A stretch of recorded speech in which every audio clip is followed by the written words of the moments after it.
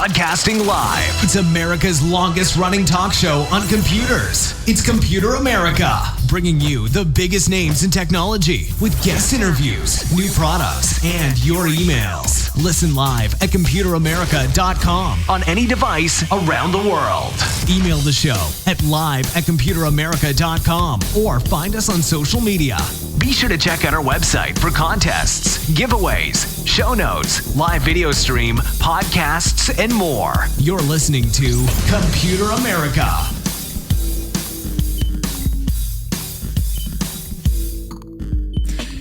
Hello and welcome everyone into the Computer America Show. We are the nation's longest running, nationally syndicated radio talk show on computers and technology. And hey everyone, this is going to be our first podcast. It's going to be a bit of a different format and one where we are trying to condense things into a shorter, more packaged segment. And this one's going to be all about headlines and what's happening in the world of tech. We'll, put these out once or twice a day to try to encapsulate everything that you need to know. And then, of course, happening today as well, which you should also keep an eye out for, at 1 p.m. Eastern, there's going to be the Xbox 20th anniversary event, which we'll be covering that as well. So keep an eye out for that. Now, everyone, computeramerica.com, that's where you'll find everything, including show notes for, just everything that we do. And, of course, we'll have links to any stories and any topics that we discuss here today. Follow us on Twitch, twitch.tv/computeramerica. Find us on YouTube, Facebook, Twitter, all that good stuff. Yeah, everyone, let's go ahead and get started with computer and technology news.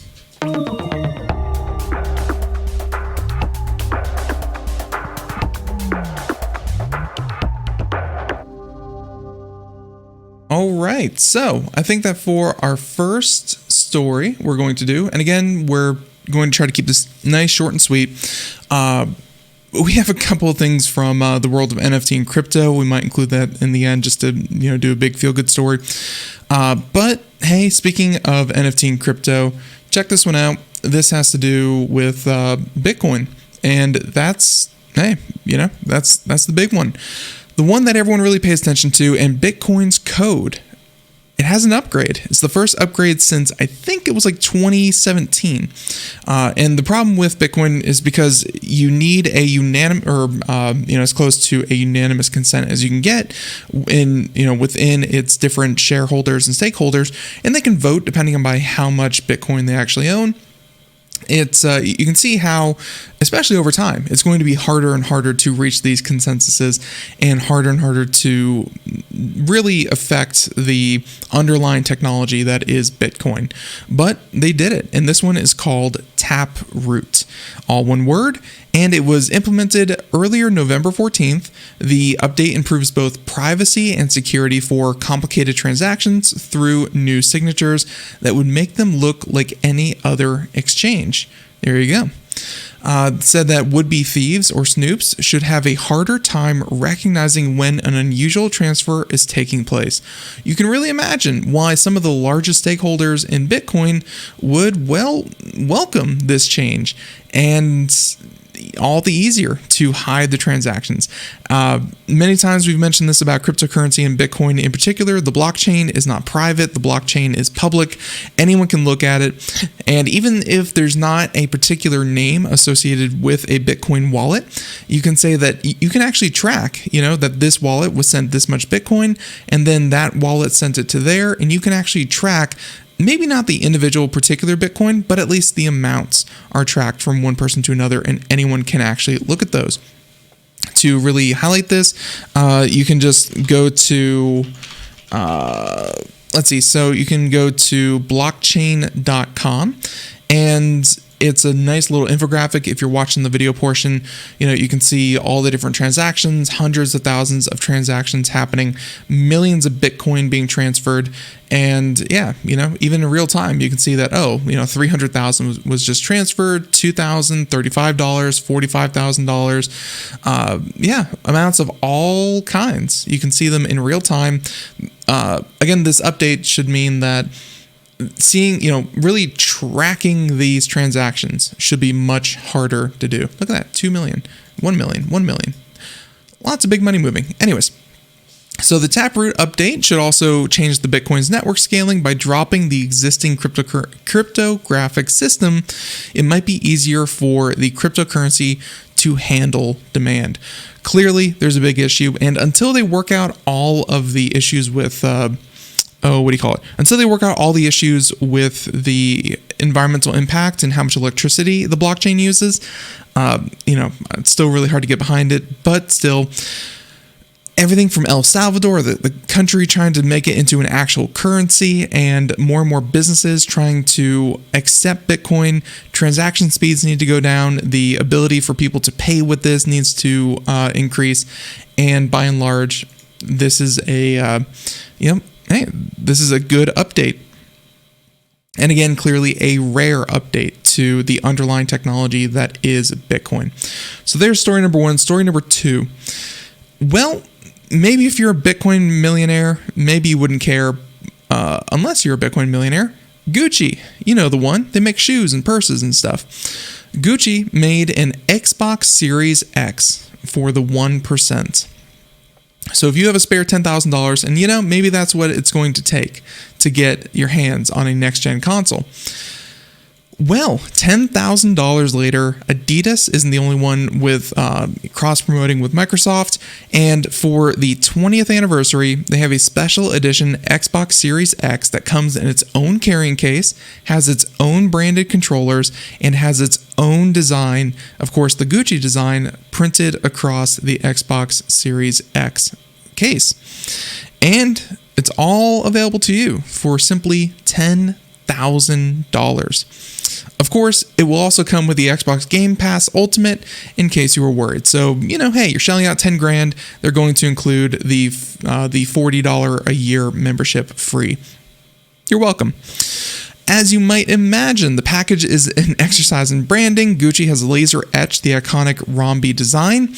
In this context, it says it's a visual play on words with the pattern alluding to both the initials of Gucci and the shorthand for good game, GG. There you go. Well played, Gucci. They included the carrying case, has dedicated space for both controllers and the Xbox Series X, so you can package it up and carry it in style. They only plan to sell about 100 hand-numbered units through the flagship stores. It will be available starting November 17th. In case you were worried about, honestly, if you actually had $10,000 and you wanted to make probably what might be one of the worst investments you could do, actually finding one might be pretty difficult. That's pretty fun that they're only selling about 100 of them. I'm sure demand will be extremely, extremely low, but there you go. Okay, now, speaking of demand that's extremely low, NFTs. They're certainly something different. And we're going to do this, then a little bit of Apple news, and then we'll go ahead and wrap it up so we can cover the Xbox event that's happening soon. NFTs are literally insane. And one of these, okay, the most obvious one will be this one here. It's an NFT band with no actual music. Something about these, the monkey JPEGs, and they're all kind of these pre-scripted, just copy and paste the mouth and change the fur type and put on different hats. They sell for a lot. Honestly, it's probably a money laundering scheme, but they took a couple of those, and lo and behold, Universal Music Group, the one that backs Ariana Grande, Lady Gaga, Jay-Z, announced it's forming an NFT band made up of cartoon ape JPEGs. In all honesty, it looks like they're trying to market this and brand this as something akin to Gorillaz. The problem with this, though, is that, Gorillaz was obviously a virtual band made up by two very talented individuals, or actually one very talented individual. And it was, just its own little shtick.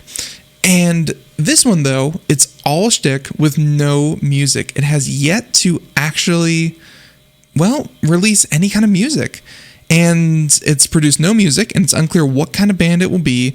Obviously, this is an exercise in branding and marketing, and though the music and events across through music and events across the metaverse, so not augmented reality, the metaverse, we will bring the apes in kingship to life by building communities and utility and entertaining audiences around the world. That was the founder, the label behind Kingship. And by the way, so this group is called Kingship.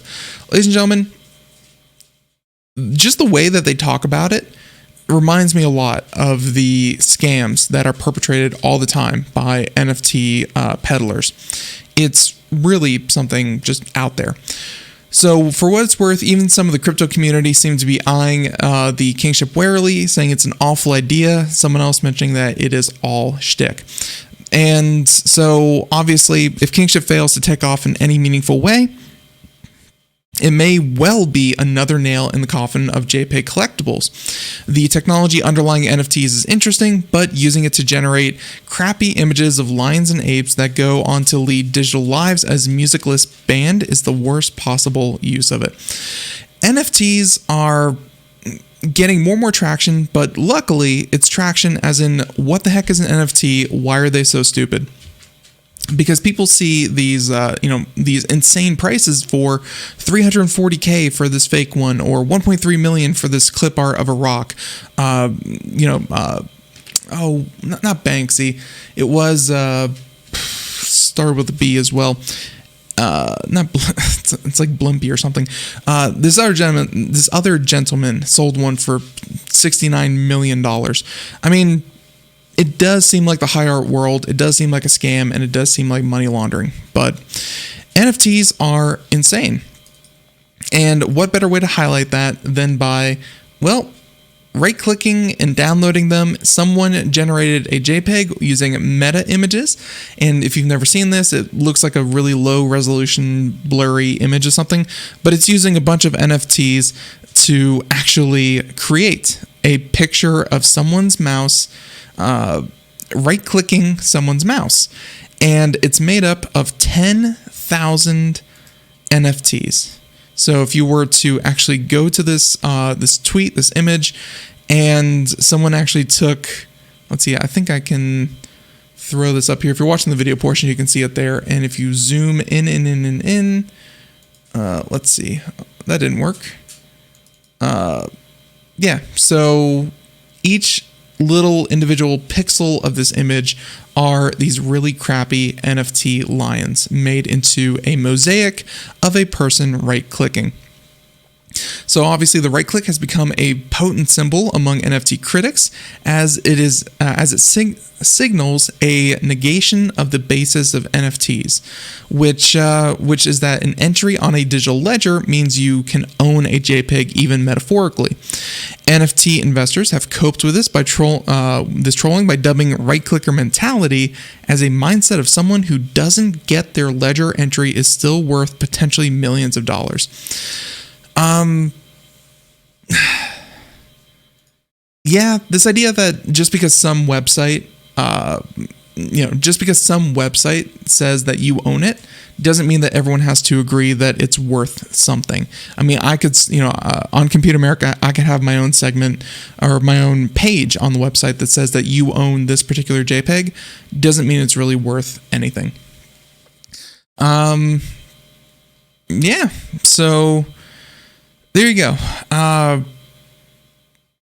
So Discord felt the burn of this burgeoning culture war early, and the CEO obviously backed away from his plans to offer cryptocurrency and NFTs through Discord, which is good because Discord is used in a lot of money laundering, pump and dump communities, and it's actually a very, very bad thing. So there you go, just a little bit of fun right clicker mentality for you. Okay, so there's that one. This other article here, which I don't think we're really going to get into. So, honestly, it seems like the bigger news of this article was that Sotheby's, very famous auction company, is actually selling a copy of the original U.S. Constitution. Check that out. So they mentioned that it's called Constitution DAO, as in Decentralized Autonomous Organization. It's a blockchain organization that is looking to collect cryptocurrency from many of its different collectors and or holders, and actually buy this copy of the Constitution for between $15 and $20 million. So they said that the group has split to handle the various tasks associated with the project. One team handles legal challenges like taxes and contributions, and the others focus on administrative tasks like building the website and crowdfunding. The group hopes to keep the barriers to entry low so that a large group can collectively own the document if they're able to raise enough money. The message seems to resonate. We've spoken to a lot of people about who were thinking of participating individually in the bid, and instead they've said that this sounds really amazing. I actually want to participate with you all instead. So yeah, they have about $600,000 in 45 minutes, and yeah, they're hoping to purchase a copy of the U.S. Constitution by crowdfunding. And honestly, hey, as a basis of democracy, that seems like a pretty good example of a democracy. At least democracy and currency. Okay. I think the last thing we're going to cover here, 2 Apple articles real quick. One of them is the Apple Digital ID. If you haven't seen these, Apple was, through a number of states, the only company able to have people's state IDs, like driver's license, on their phones that they could then present as legal documents. It's something that a lot of other countries have been experimenting with, but Apple was the first one to get it done in a lot of places. Well, it looks like Apple had some conditions to allow states on board. Whereas Apple retains control over when the feature is launched and what devices are compatible, but the state agencies are responsible for maintaining the relevant computer systems and legal compliance, and Apple stipulates how they report on its performance. So these are different stipulations that state and local government had to comply by Apple's standards to be able to let people use Apple's identification services. So the first one, again, was Apple runs the service. Apple decides what iPhones are compatible so they can probably phase out old iPhones. And on top of that, Apple mandates that the state has to maintain the system behind it, as in, the driver's license database and things like that. And yeah, Apple gets to decide if something is a success. They get to report on its performance how Apple stipulates. State bodies must employ or allocate people and resources to support the project on a timeline to be determined by Apple. So essentially, states have to work on this on Apple's schedule, not the other way around. The contract requires states to market the new feature, but Apple has review and approval power for those marketing materials. So the state has to pay for the marketing, but Apple gets to decide who does it. Or I should say, what advertising material actually works. So let's see, there's that one. States must promote it to agencies such as local law enforcement or anyone who regularly checks IDs. There you go. So we can kind of end that one there. But yeah, Apple certainly laid out a number of stipulations to make sure that if states were to do this, then hey, Apple would have full control over the system. Again, just the idea that such a large company like Apple gets to decide how these things, kind of operate. So there you go. Okay, and our last story before we scoot on off to the Xbox 20th anniversary event. Apple patent fights lookie-loos with glasses activated by screen blur. Just a quick little side note, Apple is creating glasses, or at least patented the idea, that the phone would scan a person, scan their face, determine if they have a matching pair of glasses, or at least security glasses, and if they don't, the screen will automatically blur for that person. It prevents other people from looking at your phone and sensitive information. In terms of privacy, you can see obviously why Apple would be very keen on making sure that only one person is able to read the screen at a time. Very kind of dystopian, but I wouldn't put it past Apple to actually create something like this with their new augmented reality glasses that they're supposed to be bringing out next year. We'll have to wait and see. But it's a pretty cool technology to, it's a pretty cool technology to bring around regardless. So everyone, that's about all the time we have for today. We hope you enjoyed it. Obviously, there's still a lot of work to be done, changing the format from a regular 1-hour program to a multi-day, shorter kind of segment. And I promise it'll get better. And hey, it's going to be a lot of fun. Thank you so much for tuning into the program. Thank you for catching us on the podcast, wherever podcasts are heard.